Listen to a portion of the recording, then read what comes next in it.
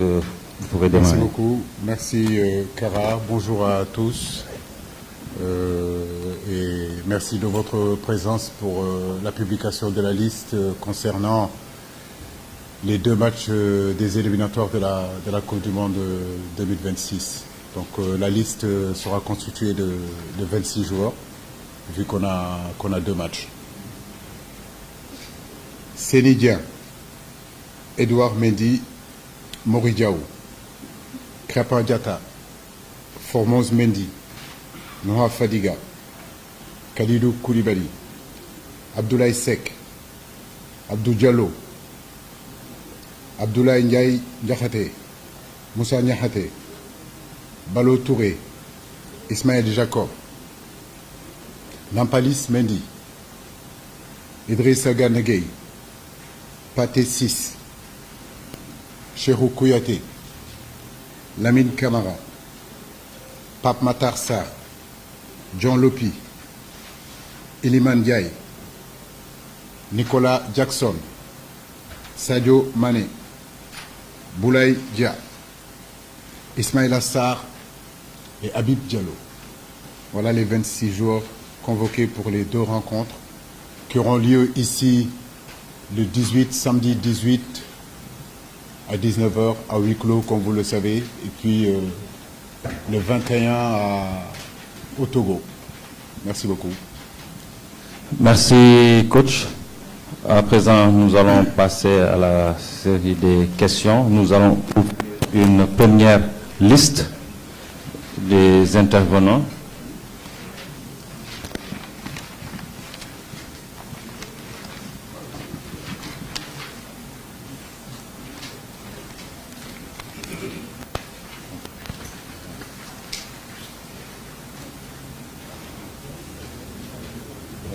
Djibril Gaye.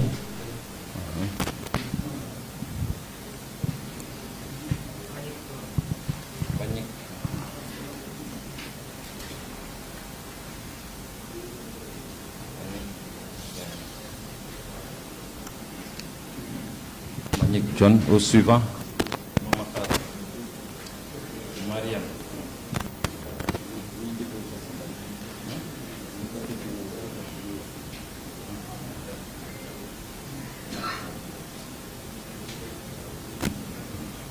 Ok. D'accord, on y va encore. Le premier. Vous donnez le micro, s'il vous plaît.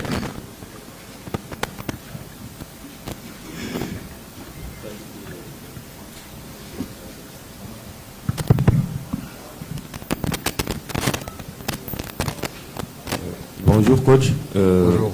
Merci Kara. Djibril Gaye de Source A. Hein? Oui, c'est Papa Djibril Gaye. C'est Papa Djibril Gaye.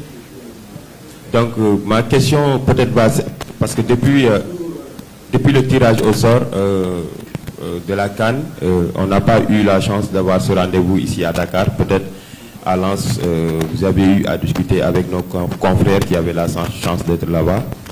Ma question va concerner un peu la programmation des matchs de l'équipe nationale. Surtout quand on dit que la CAN, cette CAN va être l'une des plus relevées et on se rend compte qu'il y a des matchs qui sont prévus et qui vont se jouer à partir de 14h.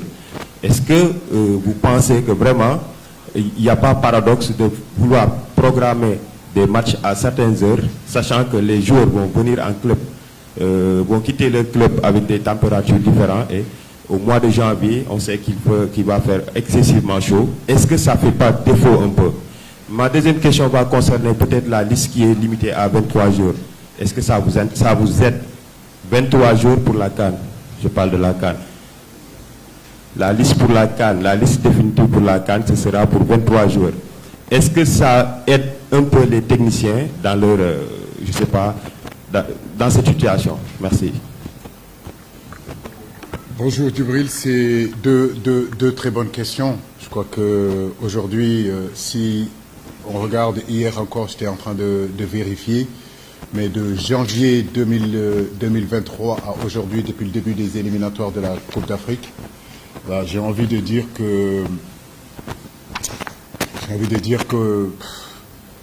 toutes les équipes, en réalité, ont convoqué entre 26, 27, 28, voire même une trentaine de joueurs et après petit à petit diluer.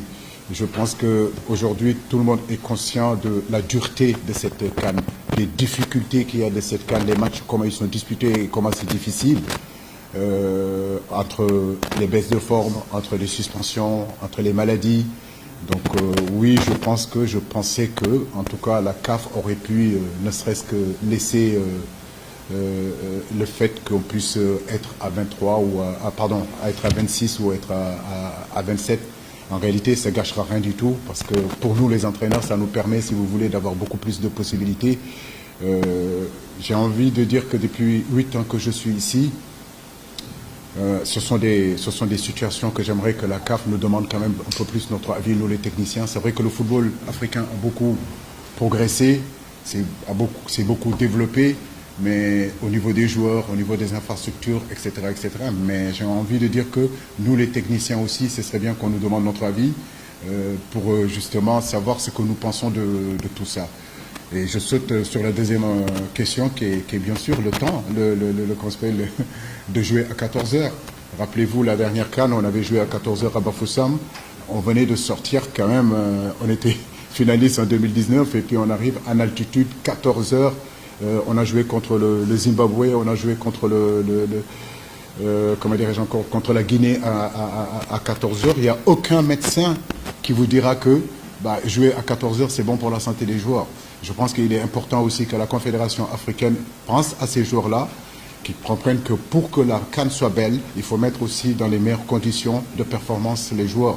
Aujourd'hui, on ne peut pas être performant en jouant à 14 heures. Et je le dis, il n'y a pas que moi qui est dans cette situation-là. Je pense qu'il y a d'autres équipes aussi qui sont dans cette situation-là. Et il n'y a aucun entraîneur qui est d'accord, qui voudrait jouer à 14 heures. Et je pense que quand on parle de la 3e compétition mondiale aujourd'hui, après la Coupe du Monde et après la Coupe d'Europe, l'évolution de cette compétition ne peut pas être seulement que sur les gradins et sur les hôtels. Il faut penser aussi aux acteurs parce que c'est eux qui sont sur le terrain de les mettre dans les meilleures conditions. Et jouer à 14 heures, ce n'est pas une bonne chose. Et bien sûr, au niveau des sélections, de passer en réalité j'ai envie de dire de 23 à 27 jours, à 26 jours, ne peut faire seulement qu'améliorer la performance de ces CAN-là. Je pense que c'est deux questions qui sont importantes et nous attendons une réponse en réalité de la part de notre confédération et de la part de nos dirigeants. Merci.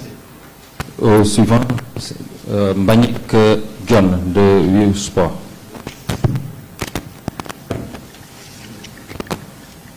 D'autant plus, je peux terminer, d'autant plus que dans cette confédération, il y a des légendes. Il y a des joueurs qui ont déjà joué, qui ont une commission. Il y a une commission des légendes de ces joueurs qui y sont. Je pense qu'aujourd'hui, tous ces anciens joueurs-là ont eu à jouer sur le continent africain et connaissent les difficultés de jouer à 14 heures. Est-ce qu'on leur demande leur avis?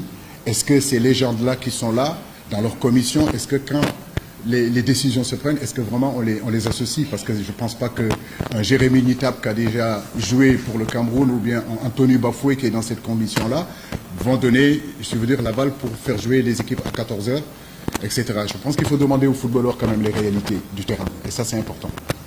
Merci, coach. Bonjour. Bonjour, coach. Bonjour. Mbagnick John de U Sport. Ma question concerne un peu plus un joueur qui est absent, mais qui est blessé, Youssouf Sabaly. Est-ce que pour vous, c'est un peu frustrant de ne pas souvent pouvoir compter sur un joueur fiable, en tout cas s'il est disponible? Est-ce que ça vous arrive parfois de le contacter, de parler avec lui, de discuter avec lui quand il doit déclarer forfait pour la sélection? La deuxième concerne un peu vos avancantes, les 3 avancantes que vous avez convoquées pour ce rassemblement. Que vous inspire votre état de forme, leur état de forme actuellement? Merci. Merci. Youssouf, c'est un garçon que tout le monde connaît ses qualités. Je n'ai pas de doute qu'il sera à la prochaine CAN. Maintenant, moi de ma part, si vous voulez, j'ai une gestion quand même assez spéciale avec Youssouf. Je peux lui permettre de ne pas s'entraîner pratiquement toute la semaine et revenir dans le groupe le mercredi ou le jeudi. C'est un garçon qu'il faut gérer intelligemment et je crois que Pellegrini l'a dit aussi. C'est un garçon qu'il faut qu'on arrive à adapter ses entraînements parce qu'il se blesse souvent. Mais je n'ai pas de doute qu'il sera prêt au mois de janvier et que le Sénégal bénéficiera de sa santé. C'est vrai, quand on regarde aujourd'hui les ratios de buts depuis le début de la saison, on peut s'inquiéter des ratios de buts marqués par nos attaquants. Mais j'ai envie de dire qu'en équipe nationale, nous, on a souvent marqué des buts. Il n'y a pas seulement un attaquant type qui marque des buts. Et si vous regardez depuis des années et des années, ça faisait longtemps quand même qu'un attaquant, un numéro 9, marque plus de 20 buts ou bien 30 buts au niveau qu'on s'appelle au Sénégal. Je crois que le dernier qui avait marqué plus de 20 buts, c'était Sadio Mané. Et on est bien d'accord que Sadio Mané n'était pas un attaquant et c'était une exception. Mais comme je l'ai dit, en équipe nationale, sur nos matchs, on n'a pas un buteur attitré, celui qui va nous marquer, si vous voulez, tous les rencontres qui va nous marquer des buts. On n'a pas ce but-là, on est capable de derrière de marquer, on est capable au milieu de marquer, on est capable sur les côtés aussi de marquer. Donc en gros, je ne m'inquiète pas trop de ce manque d'efficacité. Maintenant, il faut qu'on continue à travailler. Parce que marquer des buts, c'est aussi une question de confiance aussi. Au suivant.